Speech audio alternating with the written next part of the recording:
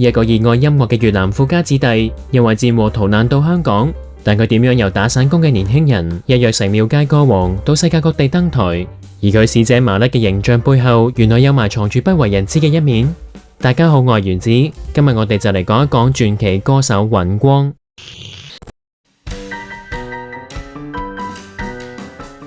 本集嘅主角尹光有一個外界較少聽過嘅原名呂錫陽，出生喺1940年代越南西貢一個富裕嘅大家庭，同7個兄弟姊妹同住，屋企仲有5、6個工人，幾乎每日食飯都要開2圍台，每圍10幾人，非常熱鬧。尹光嘅爸爸白手興家，財力雄厚，經營多項生意，包括戲院、溜冰場、髮型屋、漆畫印版同埋徽章工場等。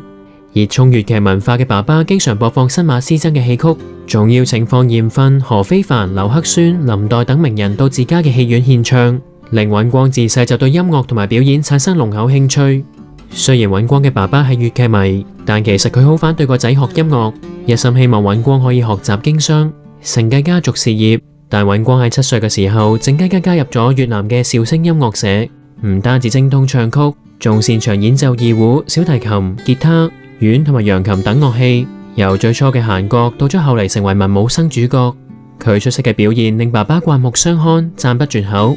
年輕嘅尹光雄心壯志，準備喺粵劇界大展身手，但就即將面臨50年代嘅越南局勢動盪。當時期越南分裂為共產主義嘅北越同埋西方勢力為主嘅反共南越，兩方勢力衝突升級，越南戰爭正式爆發。美國為首嘅西方陣營認為，假如北越吞併南越，將會產生骨牌效應，東南亞嘅泰國、馬來西亞、印尼、菲律賓亦可能成為共產國家，所以美國不惜軍事介入，但就陷入長期嘅苦戰之中，導致過百萬人喪生，影響深遠。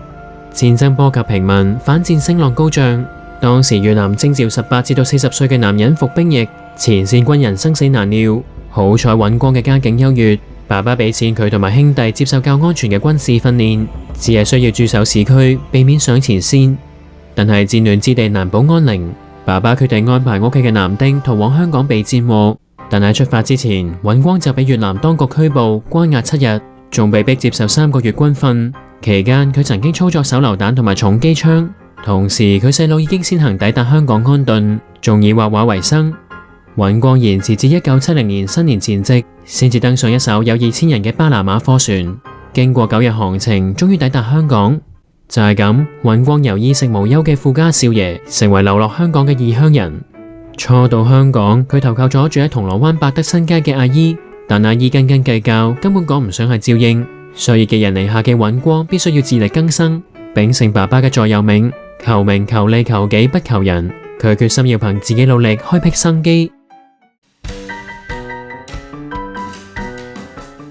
年輕嘅尹光喺香港嘗試過唔同散工，但少爺脾氣令佢喺職場好難持久。例如佢曾經學過做雪糕，但就嫌搬運雪糕水好重，洗碗好污糟，半日之後就辭職。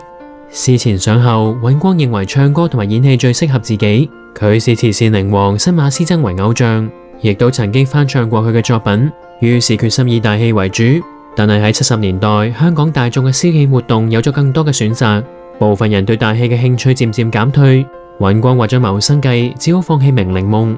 當時尹光喺細佬嘅建議下，將目光投放喺國語時代曲，憑住一把好嘅聲音、幾首國語歌，尹光喺夜總會同埋舞廳正式開啟咗香港唱歌事業。喺幾年間，佢受到邀請喺荔園、啟德遊樂場等地登台。荔園內有一個可以容納1000個觀眾嘅劇院，尹光每晚會喺呢個劇院唱2首粵曲。其實當年嘅荔園都孕育出唔少殿堂級藝人，例如梅艷芳、呂珊都曾經喺荔園登台，羅文就曾經喺荔園做驗票員。後嚟尹光又同女歌手鐘叮當合唱歌曲《天涯合》，知名度大幅提升。到咗1974年，多首經典廣東歌面世，例如由顧嘉輝作曲、仙杜拉主唱嘅無線電視劇《啼笑姻緣》主題曲，就被譽為廣東歌嘅一個重要里程碑。加上由許氏兄弟主演嘅鬼馬雙星電影主題曲同埋插曲雙星情歌推出，就帶起廣東話流行曲熱潮，有助尹光嘅事業更上一層樓。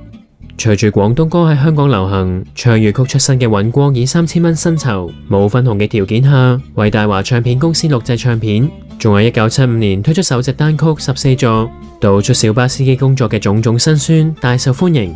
而早喺1969年，政府發牌將小巴由9個座位增加到14個座位，14座亦成為咗小巴嘅別名。之後佢以筆名呂明光創作出荷里活大酒店、雪姑七友、數毛毛等名曲。尹光坦言自己學歷有限，寫唔出文雅歌詞，但就擅長幽默地道創作，開創諷刺時弊、反映小市民心聲嘅獨特風格。但主流唱片鋪就認為佢嘅歌詞敏感，拒絕銷售。反而喺油麻地廟街一帶，佢嘅唱片同埋卡式錄音帶大受歡迎，所以被譽為廟街歌王。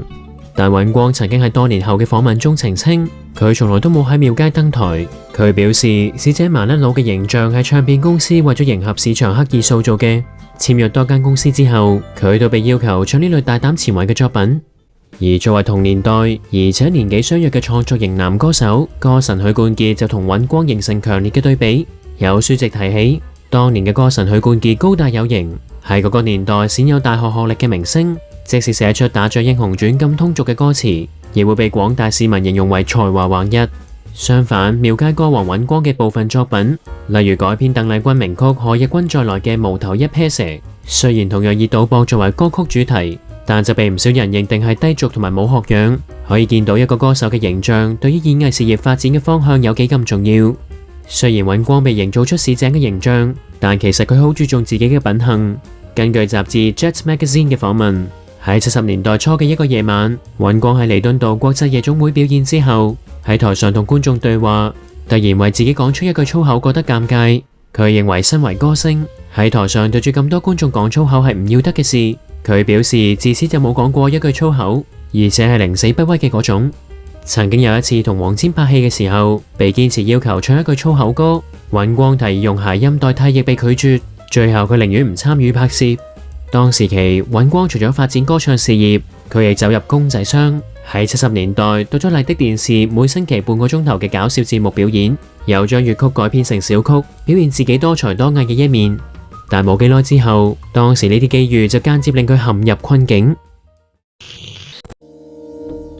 網上購物的確好方便，但你留低嘅個人資料，例如信用卡、身份證號碼、電郵等，都有機會被黑客一覽無遺，隨時令你墮入網絡騙局。所以如果唔想成為原子檔案下一個奇案主角，你就需要一個可靠嘅 VPN， 令你上網嘅時候防止追蹤、繞過內容限制同埋政府審查。而原子今日為大家帶嚟嘅係 Surfshark 嘅 VPN， 無論你訂閱邊個方案，連線裝置嘅數量都係無上限，所以你同你家人所有手機電腦都即時受到保護，更可以透過 VPN 收睇其他國家獨家嘅 Netflix 精彩節目。咁點樣先可以保護到你嘅網絡世界呢？首先，你嘅網絡行蹤會被隱藏，黑客想 hack 你簡直難過登天，所以每人都需要裝備一個 VPN。而家透過原子訂購2年 VPN 計劃，更加可以獲得額外4個月限期。而家即刻到下面嘅內容簡介區 ，click 入獨家申請連結 surfshark.com/MrAtom， 或者俾錢嘅時候使用原子優惠碼 MrAtom。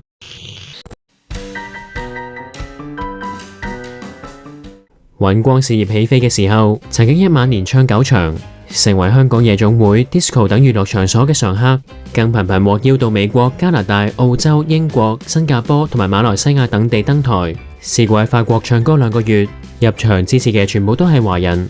當時嗰一晚嘅歌酬足以媲美普通打工仔1個月嘅人工。到海外登台嘅時候，又成日都收到歌迷贈送嘅貴重禮物。但財源滾滾嘅佢就賭博成癮。佢喺訪問中回憶，1979年喺澳洲悉尼演出嘅時候，每次停留嘅時間短則都1-2個月，夜晚忙住唱歌，日頭就無所事事。於是佢開始流連私家賭檔。結果輸多贏少，甚至曾經一度輸咗20幾萬，而當時香港一層樓都只不過係10幾萬。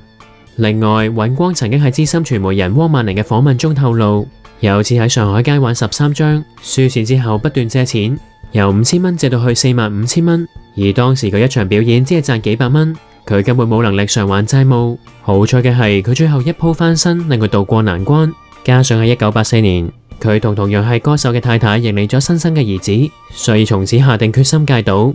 多年嚟，尹光除咗愛妻之外，亦實行4不生活：唔煙、唔酒、唔賭、唔講粗口。其實仲有一件影響尹光一生嘅大事，就係多年前尹光喺新加坡登台唱歌嘅時候，唔小心跌落台下，導致手骨腳骨折斷，要坐輪椅翻返去香港休養。呢次意外就令尹光決定，以後所有出國登台活動都會同太太李麗儀結伴出行。時間轉眼到咗90年代，尹光同女藝人朱咪咪喺無線電視長壽綜藝節目《歡樂今宵》獻唱走廊金曲。當時尹光都有同無線簽約，但後嚟因為演出安排問題被雪藏，令佢一度覺得好氣餒，認為演戲比起唱歌更加難。不過1991年，正值尹光踏入中年嘅事業轉捩點，當時佢同耀榮娛樂有限公司合作，喺紅磡香港體育館舉辦首次個人演唱會，觀眾反應熱烈，多達9000人入場。喺同年嘅3月同埋8月，佢再2度登上紅館，創下咗1年3度開場嘅紀錄，吸引無數粉絲追捧。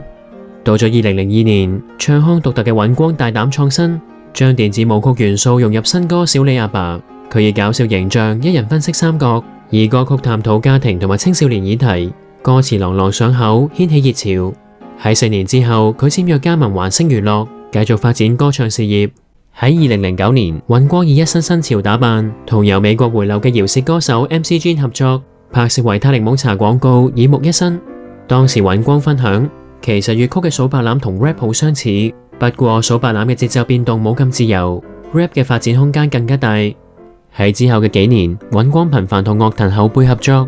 包括2011年同年輕 hip hop 歌手推出 Mr. One，2017年同樂隊24位成員合作嘅潮神等。呢啲作品都展現咗佢緊貼潮流，勇於嘗試多元曲風嘅魄力，成功吸引年輕嘅歌迷。除此之外，尹光熱衷運動，佢喺2015年無線電視節目《開心老友記》中分享，每個星期打2次乒乓波練氣，鍛鍊反應，保持健康。同年71歲嘅佢喺廣州2015年華語金曲獎音樂盛典榮獲華語樂壇傑出貢獻獎，表揚佢對樂壇嘅深遠影響。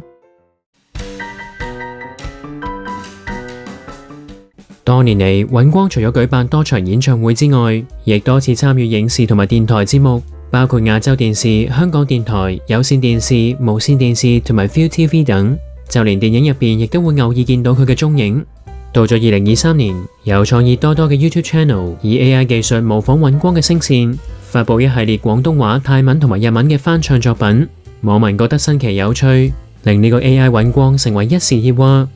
喺同年6月，尹光就同我喺 YouTube 界嘅朋友 Hebe 一齊拍片，分享廟街嘅金色變化，亦親自回應支持尹光 AI， 認為尹光 AI 嘅製作好有趣，謙虛咁指自己唔係大歌星，只係比較有經驗，亦感激網絡幫手吸引年輕嘅觀眾。之後喺11月，佢更加喺紅館舉辦融入 AI 元素嘅演唱會，時隔14年重返紅館。後嚟尹光乘勢推出歌曲 Dear Myself， 以歌回顧多年演藝行業嘅經歷同埋人生感悟。根據最新嘅數字，呢首歌喺 YouTube 上已經達到226萬次觀看次數。另外，呢首歌為尹光打破咗幾十年嚟被定性成為粗鄙歌手嘅刻板印象，更獲得2大香港樂壇頒獎典禮嘅獎項提名。其中最為人關注嘅係尹光成為咗2023年度叱咤頒獎典禮我最喜愛的男歌手5強候選人。面對姜濤、陳卓賢、張敬軒同埋盧瀚霆4個後輩，尹光雖然最終失落獎項，但同時都展現出跨世代嘅魅力。後嚟已經80歲嘅尹光再推出歌曲《命硬80》，